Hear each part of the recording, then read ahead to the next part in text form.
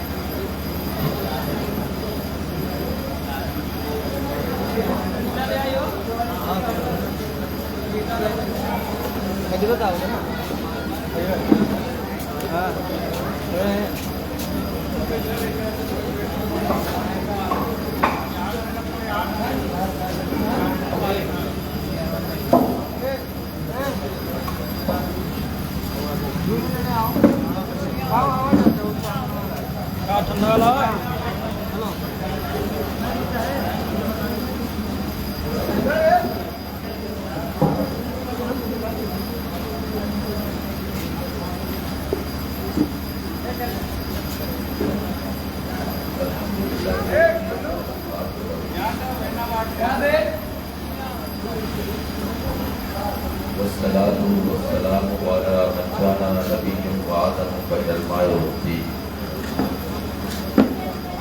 وعلى آله وصحبه أجمعين. أما بعد، أعوذ بالله من الشيطان الرجيم. بسم الله الرحمن الرحيم. قال الله تبارك وتعالى في سورة المجيد: والعصر إن الإنسان لفي خسر. صدق الله العظيم وصدق رسوله النبي الكريم الكريم. ونحن على ذلك لمن الشاهدين والشاكرين والحمد لله رب العالمين. معزز سامعین، سامعات، آہستہ جلوہ فروز باوقار اور مائل سنت، خصوص والد گرامی وقار، السلام علیکم ورحمۃ اللہ تعالیٰ وبرکاتہ. وعلیکم السلام.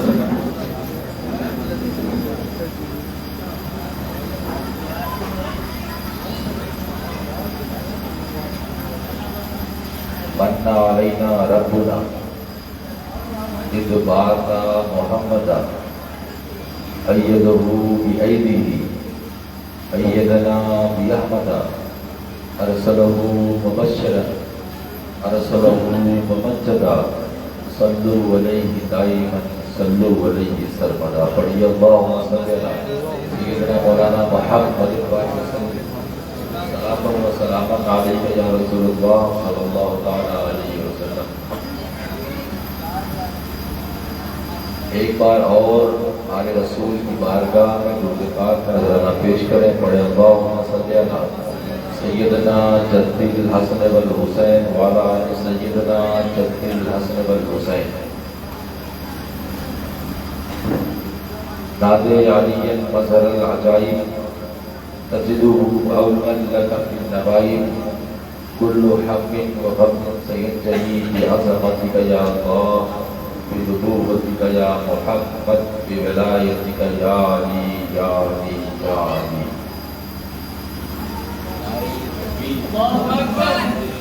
نعرے تکبیر، نعرے رسالت، لبیک یا حسین، لبیک یا حسین.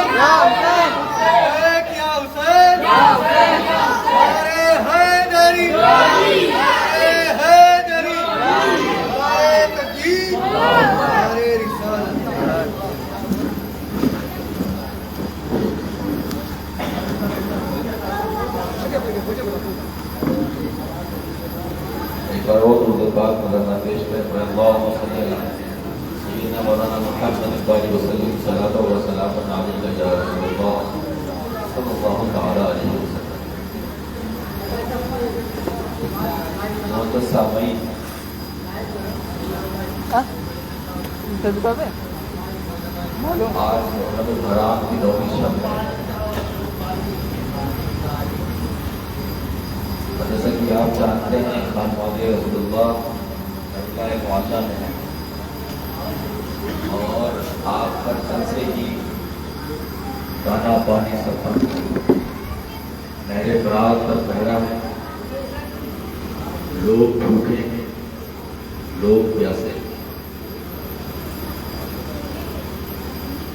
اردو کا شاعر کچھ یوں کہتا ہے کہ انسان کو بیدار تو ہو جائے دو، انسان کو بیدار تو ہو جائے دو، ہر قوم پکارے گی ہمارے ہیں حسین، ہر قوم پکارے گی ہمارے ہیں حسین۔ وہ تو سامعین میں نے آیت کریمہ پڑھی ہے، اللہ تعالیٰ فرماتا ہے کہ انسان گھاٹے میں، انسان گھاٹے میں۔ یہ آیت کی جو میں تفسیر کروں گا، اگر اس آیت کو آپ نے سمجھ لیا تو انشاءاللہ تبارک و تعالیٰ آپ امام حسین علیہ السلام کو سمجھ جائیں گے۔ تو اس کی تفسیر کا میں کوشش کروں گا تو اتنا آسان ہو سکتا ہے مجھ سے، اتنا آسان کر کے میں آپ کے سامنے پیش کروں۔ قرآن کی اس آیت کے ترجمے پہ سب سے پہلا جو اعتراض ہے وہ یہ کہ اللہ فرما رہا ہے کہ انسان گھاٹے میں۔ مجھے لگتا ہے توجہ آپ نے، کیونکہ اگر یہ شروعاتی گفتگو جو ابھی میں کر رہا ہوں آیت کی اگر یہ مس کر گئے تو پوری تقریر مس کر گئی، کیونکہ میری تقریر یہی ہے۔ قرآن کہہ رہا ہے کہ ہر انسان گھاٹے میں۔ یہ بات اس وقت صحیح تھی جب انسان کو زندگی گزارنے کا شعور نہیں تھا، یہ بات ہو جائے گا انسان گھاٹے میں۔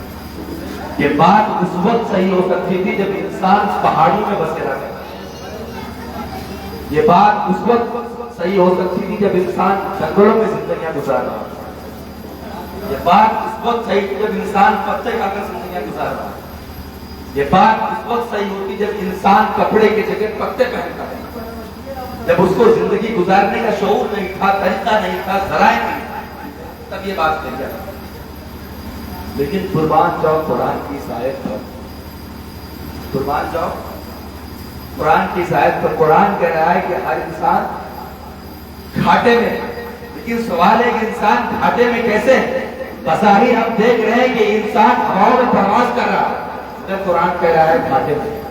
ہم سمندروں میں کشتیوں سے سمندروں کا سینہ چیر کر سفر کرتے ہیں، لیکن قرآن کہہ رہا ہے کہ ہم انسان گھاٹے میں۔ ہم سائنٹیفک ایجادات کر رہے ہیں، لیکن قرآن کہہ رہا ہے انسان گھاٹے میں۔ ہم دنیا بھر کی انجینئرنگ آج نئی نئی ٹیکنالوجیز ایجاد کر رہے ہیں، لیکن قرآن کہہ رہا ہے انسان گھاٹے میں۔ انسان کیا ہے؟ گھاٹے میں۔ سب سے پہلے آپ یہ سمجھیں کہ انسان کیا ہے، جس کا قرآن بار بار ذکر کر رہا ہے کہ انسان گھاٹے میں۔ تو انسان کیا ہے؟ انسان میں دو چیزیں پائی جاتی ہیں، اور ان دو چیزوں میں دو تقاضے پائے جاتے ہیں۔ یہ تھوڑی ٹف بات ہے، ذہن کو حاضر رکھیں، برائے کرم مہربانی ذہن کو حاضر رکھیں، تو انشاءاللہ میں کوشش کروں گا یہ نقطہ آپ کے ذہن پر اترے۔ انسان میں دو چیزیں ہوتی ہیں، ایک اس کا روح ہوتا ہے، روح ہوتی ہے، اور ایک اس کی جسم، اس کا جسم۔ اور اس کو ہلکا انسان میں ایک انسان کے اندر انسان کا حیوان ہوتا ہے، اور دوسرا اس کا انسان، دوسرا اس کا کیا ہوتا ہے؟ انسان ہوتا ہے۔ اب حیوان اور انسان میں کیا فرق ہے؟ بات سمجھ میری آ رہی ہے؟ بات سمجھ میں آ رہی ہے؟ آواز کلیئر پہنچ رہی ہے؟ پہنچ رہی ہے؟ اللہ کا شکر۔ حیوان میں انسان کی مشارکت، جیسے حیوان بھی کھانا کھاتا ہے اور انسان کے اندر جو حیوان ہے وہ بھی کھانا کھاتا ہے کہ نہیں؟ کھانا کھاتا ہے کہ نہیں کھاتا؟ जिस तरह जानवर या हैवान उनको ठंडी और गर्मी से बचने की जरूरत है, वैसे नहीं इंसान के हैवान को भी बचने की जरूरत है। तो अगर आप मुझसे ये कहेंगे कि हजरत इंसान तो बहुत तरक्कियां कर चुका है, इंसान तरक्कियों के मनाजिल को तय कर रहा है, क्योंकि इंसान आज हवा में प्रवास कर रहा है, तो मैं आपसे हाथ जोड़ के कहूंगा कि अगर आप ये कह रहे हो कि इंसान तरक्कियां कर रहा है, तो आप इंसान के हैवान को भी देखें कि इंसान हैवान दूसरे हैवान क्या मच्छर और मक्खियां प्रवास नहीं करती, क्या समुद्र में मछलियां नहीं तैरती, क्या हवा में और चरिंद परिंद नहीं तैरते। अगर आप ये समझते हो कि इंसान की तरक्की हवा में उड़ना है, तो मैं आपसे कहना चाहूंगा कि परिंदे आपसे पहले तरक्की कर चुके हैं, वो अगले से वो हमेशा से हवा में प्रवास करते फिर रहे हैं। अगर आप मुझसे ये कहेंगे कि हजरत दरिया की छाती पर उसका सीना चीर कर उस पर कश्तियां चलाना इसका नाम तरक्की है, तो आप याद रखो मछलियां उससे ज्यादा भी तरक्की याफ्ता है। वो जमाने से जब से पैदा हुई तो समंदर में, अगर वो चलना सीखा है तो समंदर में, तैर रही हो तो समंदर में। आज अगर कोई इंसान समंदर में सफर करता है, अगर कोई उसमें तूफान आ जाए तो इंसान का कलेजा हिल जाता है, लेकिन हाय खुदा की मखलूक जब समंदर में तूफान आता है तो मछलियां भी छूट जाती है, उनकी रफ्तार बढ़ जाती है, उनकी चाल बदल जाती है, क्योंकि ये अल्लाह की बनाई हुई मखलूक है। अगर आपने मुझसे कहा कि हुसैन मियां इंसान तरक्की याफ्ता है, तो मैं आपसे कहूंगा हजरत आप रहने लीजिए। अगर इंसान का हैवान तरक्की याफ्ता है, ये मछलियां बहुत पहले तरक्की कर चुकी, ये मच्छर बहुत पहले तरक्की कर चुके, ये मक्खियां बहुत पहले तरक्की कर चुकी, तो आखिर तरक्की कामयाबी इंसान की किस चीज का नाम, इंसान की किस चीज का नाम कामयाबी है? तो मैंने कहा था ना, हैवान के दो तकाजे होते हैं, इंसान के दो तकाजे होते हैं। तो आप देखें इंसान की कामयाबी के लिए दो चीजों का होना जरूरी है, वरना हवा में उड़ते रहोगे खसारे में रहोगे, समंदर पे चलते रहोगे खसारे में रहोगे, तरक्कियां करते रहोगे खसारे में रहोगे। ये कुरान ने कहा, कुरान के लफ्ज पे तवज्जो दीजिए, कुरान के वल असर इन्नल इंसान लफी खुस्र, इंसान घाटे में है। कुरान ने ये नहीं कहा कि इन्नल हैवान लफी खुस्र, हैवान घाटे में, हैवान घाटे में नहीं है, घाटे में इंसान है, क्योंकि हैवान ऑलरेडी तरक्की कर चुका है, हवा में उड़ रहा है, दरिया में तैर रहा है। ये जो हैवान है ये तरक्की कर चुका है, घाटे में कोई है तो वो इंसान है, घाटे में कोई है तो इंसान है। अब मैंने आपसे कहा इंसान के दो तकाजे हैं, अब इंसान की तरक्की के सिर्फ दो तकाजे हैं। अगर इंसान को तरक्की चाहिए तो उसके लिए सही ईमान होना चाहिए और नहीं क्या होगा। कुरान ने हैवान का नाम नहीं, अल्लाह ने इंसान का जिक्र किया है। तो इंसान को अगर तरक्की याफ्ता बनना है तो उसका ईमान सही होना चाहिए, नेक अमल सही, उसके पास नेक अमल होना चाहिए, वरना आप साइंटिफिक इजादात करते रहे आप तरक्की याफ्ता नहीं हो सकते, आप कामयाब नहीं हो सकते। आप लाख दरिया में सफर करते रहे आप कामयाब नहीं हो सकते, क्योंकि कामयाब होने के लिए ईमान जरूरी है और नेक अमल जरूरी है। बस यही सहन देना चाहता भवानीगंज के मुसलमानों, करबला में देखो कौन कामयाब था कौन भागे लगा। करबला में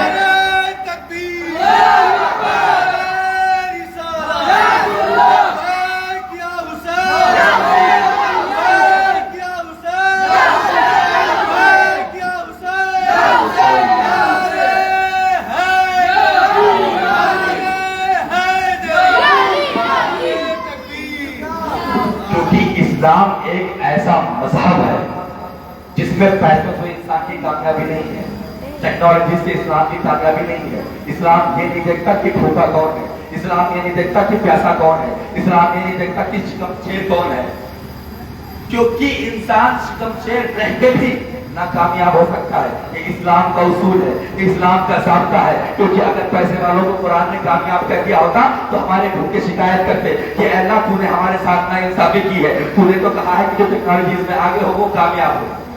मेरे इस्लाम ने ऐसा कोई कानून ही नहीं बनाया, सबको बराबर रखा, चाहे वो गरीब हो या अमीर हो। अगर उसे कामयाबी चाहिए तो अपना ईमान सही करे और नेक अमल करे। क्या करे? नेक अमल। यही वजह है कि करबला की धरती पर यजीद तख्त पर बैठा है यजीद के पास सब कुछ है, फौज यजीद के पास, तख्त यजीद के पास, हुकूमत यजीद के पास, दमिश्क यजीद के पास, कूफा यजीद के पास, बसरा यजीद के पास, सारी हुकूमतें यजीद के पास हैं। लेकिन सब कुछ होते हुए यजीद नाकामयाब रहा, बर्बाद हो गया। भूखा है हुसैन मगर कामयाब है, पीसा है हुसैन मगर कामयाब है, 3 दिन से पानी नहीं गया है हलक में मगर कामयाब है हुसैन। अली असगर को सताया जा रहा है मगर कामयाब है अली असगर। हज़रत कासिम बिन हसन की जवानी लूटी जा रही है मगर कामयाब है अली बिन हसन। अली अकबर के गला को काटा जा रहा है मगर कामयाब है अली अकबर। करबला में एक एक फर्द जो भी भूखा था, प्यासा था, वो सब कामयाब है। और करबला में जो शमशेर थे बर्बाद बर्बाद है। अब आइए, मैंने कल अपना मौजूद छेड़ा था दीन अस्त हुसैन, दीवाना अस्त हुसैन। जो ख्वाजा मोइनुद्दीन चिश्ती बयान करते हैं कि ईमान वाले कौन है, नेक अमल वाले कौन है। क्योंकि ये शेर आपने बहुत सुना होगा, लेकिन इस शेर की तशरीह आज मैं अपने वालिद गिरामी बुजुर्गवार के बाद कदमों का बोसा लेते हुए मैं कोशिश करूंगा कि इस शेर की तशरीह करूं। ख्वाजा साहब से पूछूं कि ख्वाजा साहब आपकी नजर में नेक लोग कौन है, आपकी नजर में अच्छे ईमान वाले कौन है। ख्वाजा साहब फरमाते बादशाह अस्त हुसैन पहला मिसरा। ख्वाजा साहब के शेर का पहला ख्वाजा साहब क्या कह रहे हैं, शाह अस्त हुसैन, बादशाह अस्त हुसैन।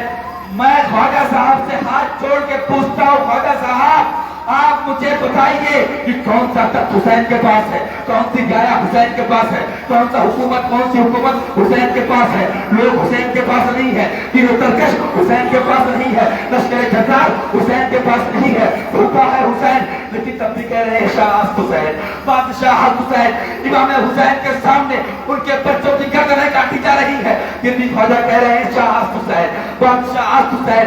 इमाम हुसैन के सामने अली असगर के 6 मार के अली असगर के गले में यजीदियों ने 3 मार दिया, फिर भी ख्वाजा कह रहे हैं शाह अस्त हुसैन, बादशाह अस्त हुसैन। अब्बास के बाजू कट गए मगर ख्वाजा कह रहे हैं शाह अस्त हुसैन, बादशाह अस्त हुसैन। सारे खानवादे रसूलुल्लाह को एक एक बात दीगरे यजीदियों ने काट दिया, कोई दिया नहीं। दमिश्क हुसैन के पास नहीं है, राय हुकूमत हुसैन के पास नहीं है, मदीना के गवर्नर हुसैन नहीं है, कोई भी कूफा हुसैन के पास नहीं, बसरा हुसैन के पास नहीं। लेकिन ख्वाजा कह रहे हैं शाह अस्त हुसैन, बादशाह अस्त हुसैन। मैं पूछता हूँ ख्वाजा साहब, आप बराए करम मेहरबानी मुझे बताएं, आप इमाम हुसैन की किस हुकूमत की बात कर रहे हैं, आप इमाम हुसैन की किस शाहाना बात कर रहे हैं, इमाम हुसैन की किस बादशाह की बात कर रहे हैं। तो खिलाफत से ये हुसैन सुन, यजीद के पास दुनिया दार का तख्ता, भले उसके पास हुकूमत थी, भले उसके पास गाया थी, भले उसके पास तलवारें थी, भले उसके पास लश्कर था, लेकिन वो हुकूमत हुकूमत नहीं। जो हुकूमत इमाम हुसैन ने मोमिनों के दिलों पर की है, ये मैं उस हुकूमत की बात कर रहा हूँ, मैं उस हुकूमत की बात कर रहा हूँ, शाह हुसैन, बादशाह हुसैन। क्योंकि यजीद के पास तीर भी है, तलवार भी है, लश्कर भी है, पैसा भी है, दमिश्क भी है, कूफा भी है, बसरा भी है, लेकिन यजीद बर्बाद हो गया। तारीख लिखती है कि आज तक कोई यजीद दोबारा पैदा नहीं हुआ, लेकिन हुसैन के पास कुछ नहीं है, लेकिन मोमिनों की दिलों पर हुसैन राज कर रहा है। आज जहाँ मुसलमान के घरों में ढूंढो तुम्हें हुसैन मिलेंगे, कोई अली हुसैन है, कोई गुलाम हुसैन है, कोई अशरफ हुसैन है, कोई अकरम हुसैन है, कोई गुलाम हुसैन है, कोई मोहम्मद हुसैन है, कोई अली हुसैन है, कोई हसन हुसैन है।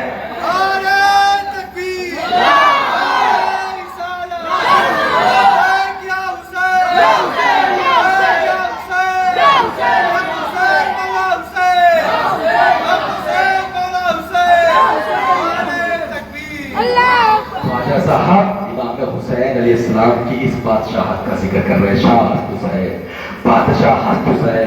मेरा हुसैन ऐसा बादशाह है कि उसे तख्त की जरूरत नहीं, उसे रियाया की जरूरत नहीं, उसे लोगों की जरूरत नहीं, वो क़यामत तक मुसलमानों के दिलों पर राज करता रहेगा, क़यामत मुसलमानों के दिलों पर राज करता रहेगा। ये वो हुसैन है। और एक बात मैं आपको और बताऊं हमारे के जवालों, इमाम हुसैन की बादशाहत का कायल खुद यजीद भी इमाम हुसैन की बात जहां तक आयल खुद यजीद भी था। मुझे बताओ, आज हिंदुस्तान में रह रहे हो, यहाँ पे इलेक्शन होता है, आप मुझे बताएं, अगर कोई 5 लोग, हिंदुस्तान के 5 लोग किसी को वोट ना दे और ये एमपी का इलेक्शन चल रहा है, क्या उसके वोट बैंक पे कोई असर पड़ेगा? सिर्फ 5 लोग ना दे, एक तरफा वोट बढ़ जाए, कोई असर पड़ेगा? कोई असर पड़ेगा? नहीं पड़ेगा। यजीद ने इमाम हुसैन की बैयत मानी ही क्यों? भाई एक ही तो हुसैन था, नहीं करता बैयत, चल जाता काम, हुकूमत कायम रहती, हुकूमत बरकरार रहती। क्या जरूरत पड़ गई यजीद को कि नहीं मुझे बैयत हुसैन की चाहिए? क्योंकि यजीद जानता था कि इनके पास तक नहीं है, ये बेतख्त के बादशाह है, ये नवाज है, रसूल मुस्तफा है, रसूल मुस्तफा। क्योंकि यजीद को नियाबत नबवी चाहिए थी, यजीद को रसूल की खिलाफत चाहिए थी। वो जानता है कि अगर आवाम मेरे हाथ पे बैयत करेगी तो मुझे सिर्फ इमारत मिलेगी, अगर इस्राइल बैयत कर लेंगे तो मुझे इमामत मिल जाएगी,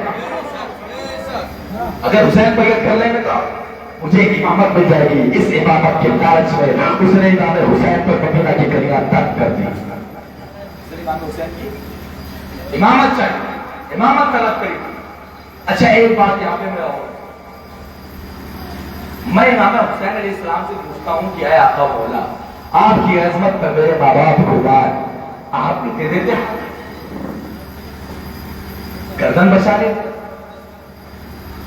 पॉसिबिलिटीज है कि हो सकता, लेकिन नहीं कहते। ये हुसैन इब्ने अली है, वो अली जो किसी जंग में नहीं झुका, वो अली जिसकी तलवारें अगर कस्बे वहां में चल रही हो तो इस वाले जन्नत नारा लगाते थे शाह मरता शेर कस्बा कुव्वत परवरदिगार ला फखर इल्ला अल्लाह से बिल्ला सुल्तान। उस अली का ये बेटा करबला की मैदान में कहा है, गर्दन लेनी हो लो, हाथ नहीं देंगे, नहीं देंगे। मैं पूछता हूँ हाथ क्यों नहीं देंगे? हाथ इमाम हुसैन इसलिए नहीं देंगे क्योंकि इमाम हुसैन का हाथ अकेले इमाम हुसैन का हाथ नहीं है। 1,24,000 रुपया ग्राम की विरासत का हाथ है जो इमाम हुसैन का हाथ है। 1,24,000 क्योंकि इब्राहिम का हाथ इस्माइल के हाथ पर है, इस्माइल कबीरुल्लाह का हाथ हुसैन कलीमुल्लाह के हाथ पर है, हुसैन कलीमुल्लाह का हाथ ईसा रूहुल्लाह के हाथ पर है, ईसा रूहुल्लाह का हाथ मेरे मुस्तफा के हाथ पर है। 1,24,000 अंबिया किराम का हाथ मेरे मुस्तफा के हाथ पर है और उस मुस्तफा के हाथ इमाम हुसैन के हाथ पर।